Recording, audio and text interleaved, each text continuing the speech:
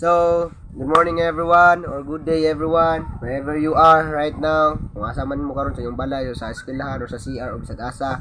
Karon nga adlaw kami mag-report about sa human behavior in the workplace. So, what leaders must know kani siya is all about kuan yun ni siya, leadership, no?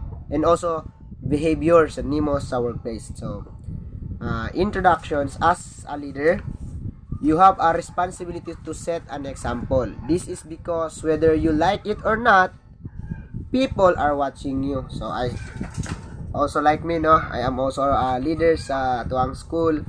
So diligin malikayan nga gatanaw ang tanan student sa imo ang sakto ba ning ginahimo niya, leader ra ba ni siya?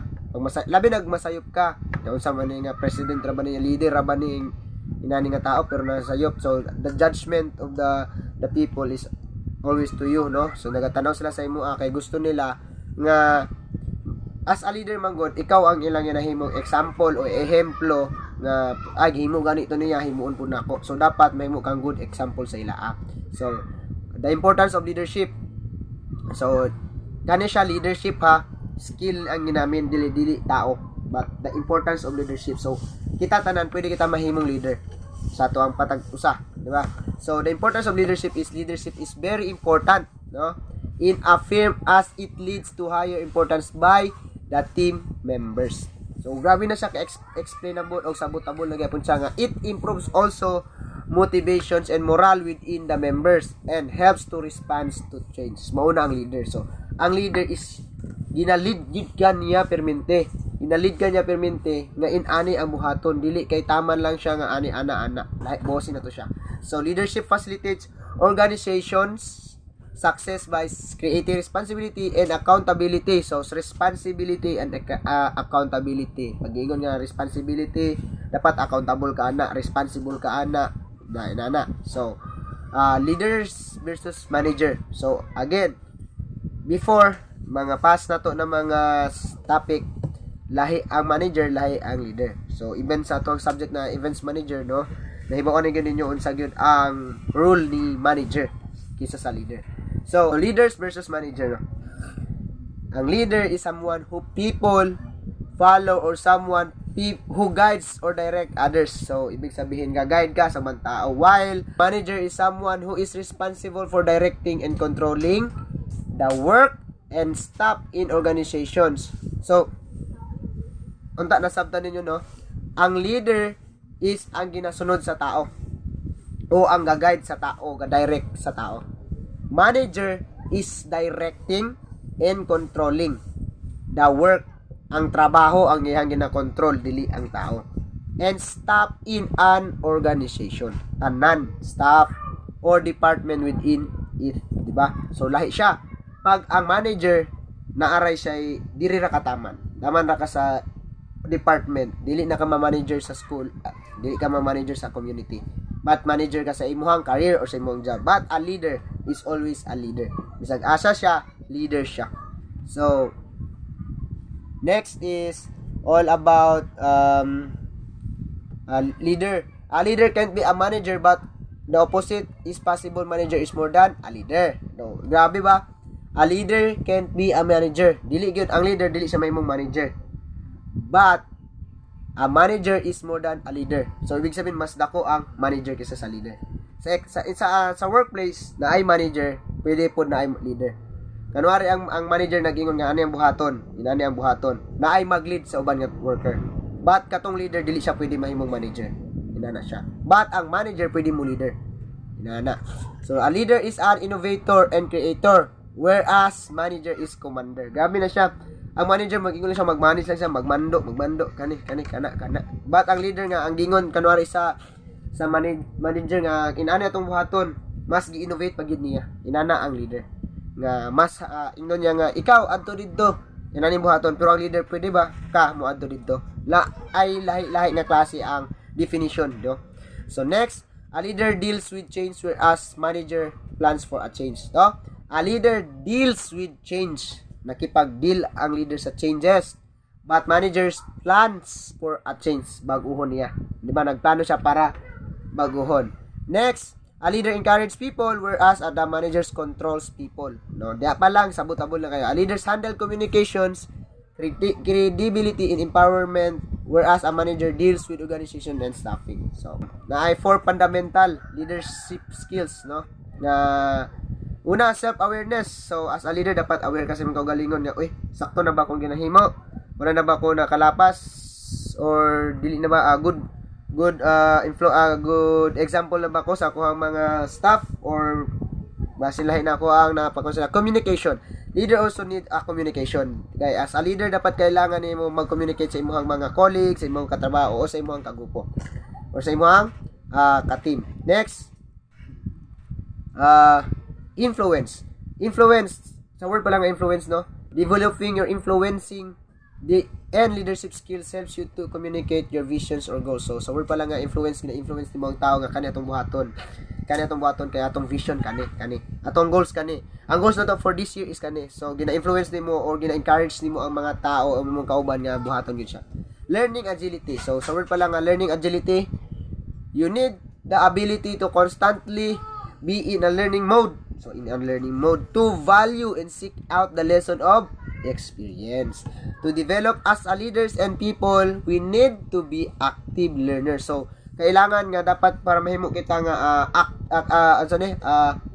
develop leaders, para ma-develop ta nga leaders kapot kabalo pud ta maminaw, di ba? Ang leader is dili siya ga-command. Ang leader is to encourage. Dana. Ang pag nag-command na gani siya, nagmano na manager na to siya. Ang leader is kabalo siya maminaw. Kanwari, pwede na to himuon kani. Okay, sige, good sa sako. Inana ang leader. Lahi ang leader sa manager. And then, learning agility involves learning from mistakes, asking insightful questions, and being open to feedback. Inana ang mga leaders sa. It includes learning a new skill quickly. So, ibig sabihin, kabalo siya, makatuon siya sa mga bagong skills. Dali lang siya makatuon, taking advantage of opportunities to learn and responding well to new situations. For senior leaders, learning agility is also about inspiring learning in others and creating a cultures of learning throughout the organization. Developing your learning agility is necessary for building your leadership skills and key for a long-lasting career. Next is the top 6 rules of leadership networking. First is be sincere. Networking is since apply of forgetting your way. If you earn a reputation as someone who takes but doesn't give, who uses information inappropriately, or who breaks confidence, your networks will shut down. Second is share resources. Share your resources. Having resources such as information, service, and access will build your leadership network through give a take. Ang dali naman sa masabtan nga mag-share kag mga resources sama sa mga information, mga services, ag access sa mga build sa mga leadership network. Third is use power to fully. Power is the ability to get things done. You need 3 sources of power to build your network.